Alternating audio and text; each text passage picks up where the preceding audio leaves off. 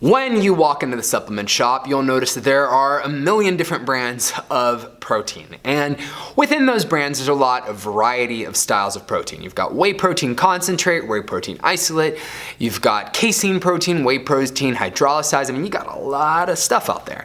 And so in this video, we're gonna talk about the difference between whey protein or whey protein concentrate and casein.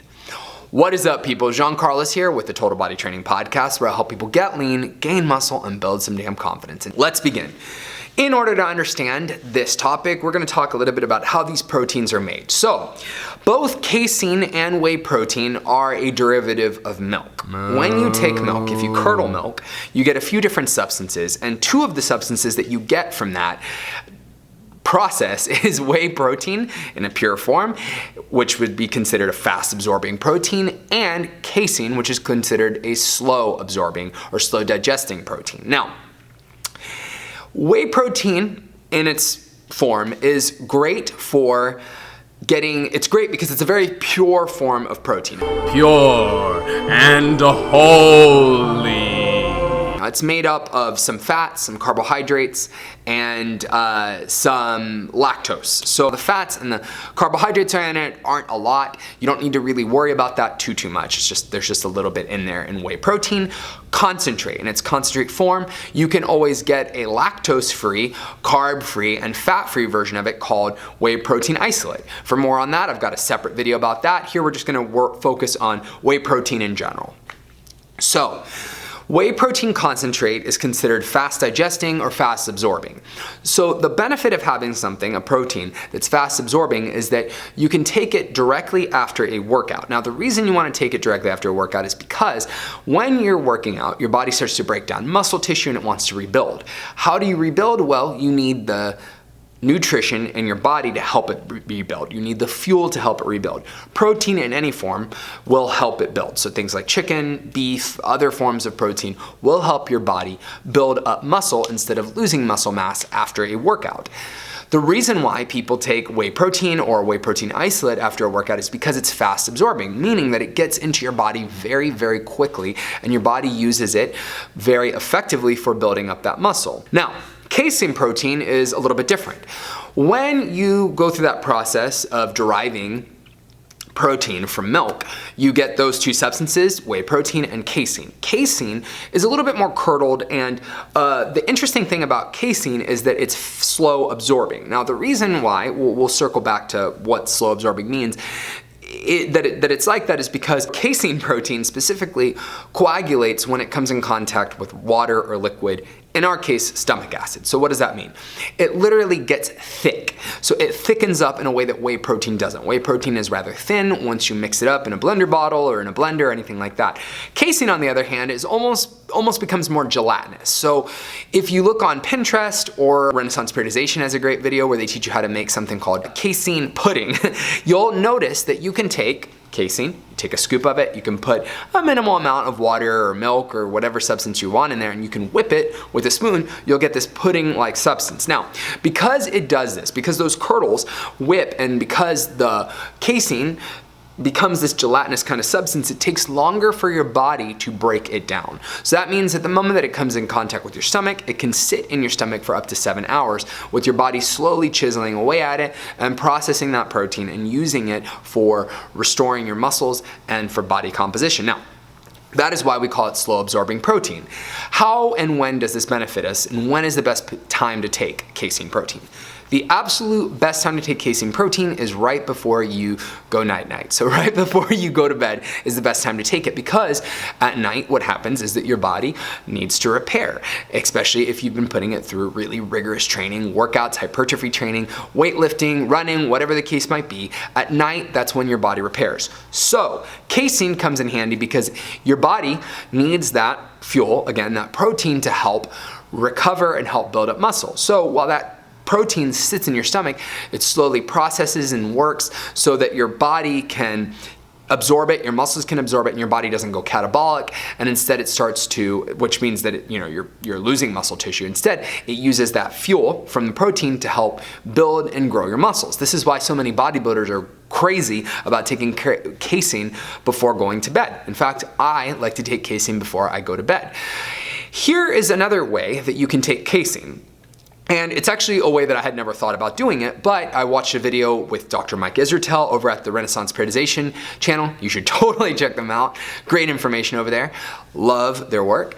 He mentioned that you could take casein and mix it with whey protein to make yourself feel a little bit more full. So what am I talking about? Let's say that you are at college, all right? You're in college and you're going to be stuck in back-to-back classes, so you don't have a time to go eat. Or maybe you're at a conference and you don't have time to go step away and eat.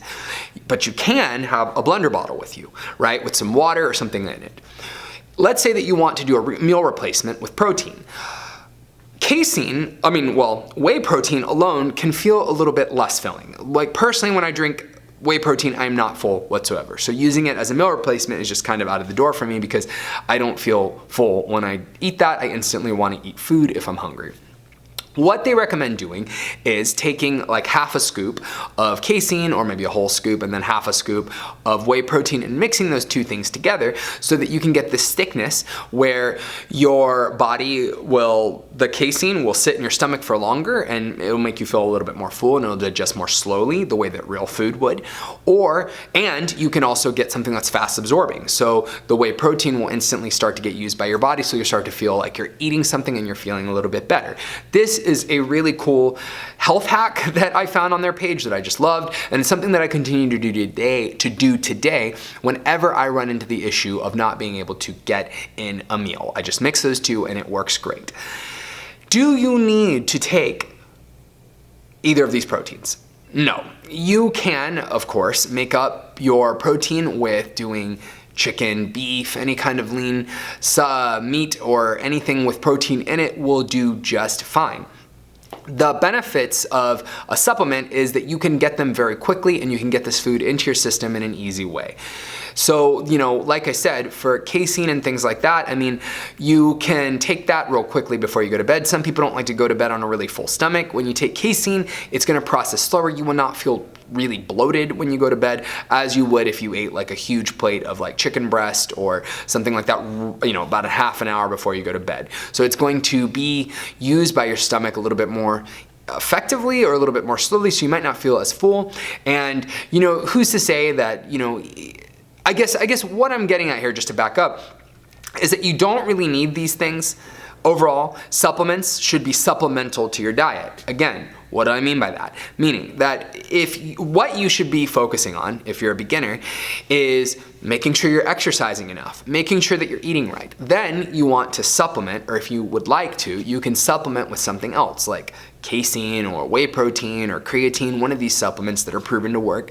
Then and only then should you even begin to consider doing any of this stuff, because you just simply don't need it. You don't need supplements. You can get protein from lots of other sources. This is not going to enhance your physique or improve your body if you're not doing all of the actual work. Supplements are maybe responsible for like 5%, if that, of your development with your body. So focus on the stuff that really matters, like working out and exercising. And then start including casein and all this stuff and whey protein and things like that. Now, again, you don't need them, but if you choose to take a protein, this is the one that I personally take. I like to take Ascent protein. The reason I like Ascent is because it's certified. It's third-party backed and certified, meaning that it doesn't have any weird garbage in it or anything like that. It's been tested by a third-party laboratory that will specifically mandate and tell you for a fact that what you're getting is exactly what's on the label in that protein, so it's very good. It's a great source of it. It's processed correctly. I love Ascent protein, and it's also very affordable. Is this a sponsored video? No, I'm not sponsored by Ascent. I have no affiliation with them. I'm not making any money off of this. I'm just sharing what I take. I take Ascent's whey protein concentrate, and I take their their casein protein. Both of those are suitable choices for protein supplements. All right, people, I hope this video was a help for you. If you're watching this on YouTube, please click the subscribe button if you want to get more information. Click that punch that thumbs up button. And if you're on Facebook, please give a like or a share. It would be a huge help to me. If you're listening to the podcast version of this video, write me a review. If you've been getting anything out of the content that I've told you today or past or future episodes of this show, please write me a review. You have no idea how much it helps me from an analytics perspective. It helps get my name out there. We really want to provide you with the best content possible. When you write those reviews, it helps me know that I'm doing my job right. All right, people, thank you so much for tuning in to the Total Body Training Podcast. Until next time, peace. Working out from home can be boring. Whether it's the fact that you don't have proper weightlifting equipment or you're sick and tired of using pre-recorded workout videos that lack motivation and proper instruction that is geared towards you. If you find yourself in one of those categories, look no further than Total Body Training. We've got you covered with our online weightlifting from home program. That's right, we teach you in a virtual classroom how to work out and lift weights for you at your current level and where you want to be at in the next 6, 12 months. Where do you want to be at by the end of this year? We've got you covered with our online weightlifting program. So if you're interested, read the description section of this video to learn more about how you can start lifting weights from home with us today.